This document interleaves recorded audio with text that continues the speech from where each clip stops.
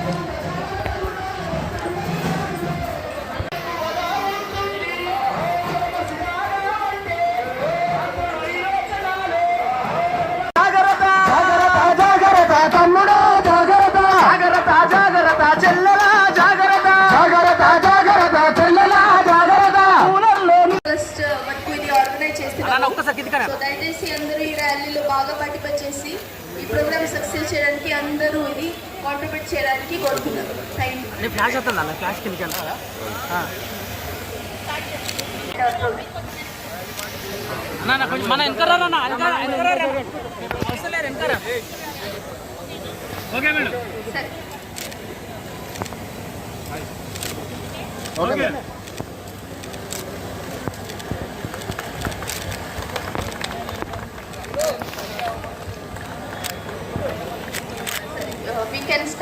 నగరాలు పంచాయతీలన్నింటినీ కూడా తీసుకోవాలి, పచ్చదనం పెంపొందించుకోవాలి.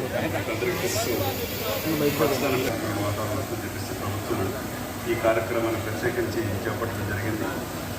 మీకు అందరూ కూడా తెలుసు, లాస్ట్ టైం సీఎం గారు ఇక్కడికి వచ్చి వరంగల్ పట్టణానికి సంబంధించి కొంచెం వెనక్కి జరగండి ప్లీజ్. మనోజ్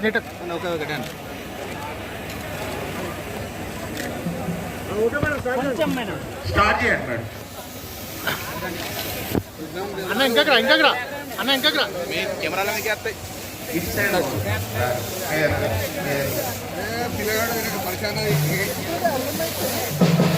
అంజన్ ఇంకా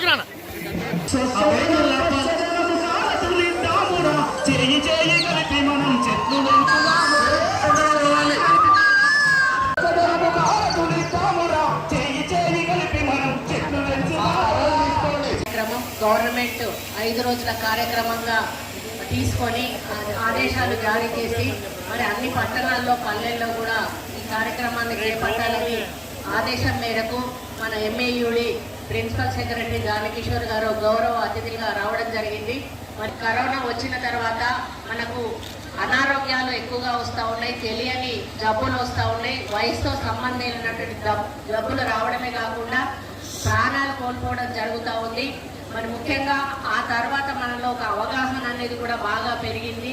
మనం తిండి భోజనం విషయంలో కానీ, హెల్త్ విషయంలో కానీ, అదేవిధంగా మనకు బయట పరిశుభ్రత అనేది కూడా ఉండాలి అనేటువంటి విషయంలో మనకు చాలా అవగాహన పెరిగినా కూడా ఇంకా కొన్ని చోట్ల వాటిని పాటించకపోవడం వలన ఈ వర్షాకాలంలో ఎక్కువగా డెంగ్యూ కానీ, మలేరియా కానీ, మరి చికెన్ గున్యా కానీ, స్వైన్ ఫ్లూ కానీ ఇటువంటి రకరకాల జ్వరాలు వచ్చి ఇబ్బందులు పడుతూ నిరుపేదలు కూడా పెద్ద పెద్ద హాస్పిటళ్లలో జాయిన్ అయ్యి లక్షల రూపాయలు ఖర్చు పెట్టి మరి వాళ్ళు అప్పుల పాలవుతూ బాధపడతా ఉన్నారు. కాబట్టి మనము ఒక జబ్బు రాకముందే జాగ్రత్త తీసుకుంటే జబ్బు రాకుండా ఉండే అవకాశాలు చాలా ఎక్కువగా ఉన్నాయి. అది మన చేతుల్లోనే ఉంది, కానీ మనం దాన్ని చేయలేకపోతా ఉన్నాము.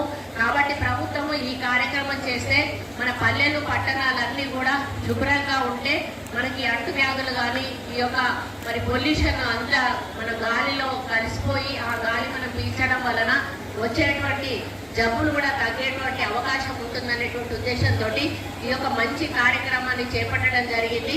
మనమందరం కూడా చెట్లు ఎక్కువగా నాటాలి. చెట్లు ఎక్కువగా నాటినప్పుడే మనకు వాతావరణం అంతా కూడా కాలుష్యం వెళ్ళి మళ్ళీ ఫ్రెష్ ఎయిర్ వచ్చేటువంటి అవకాశం ఉంటుంది.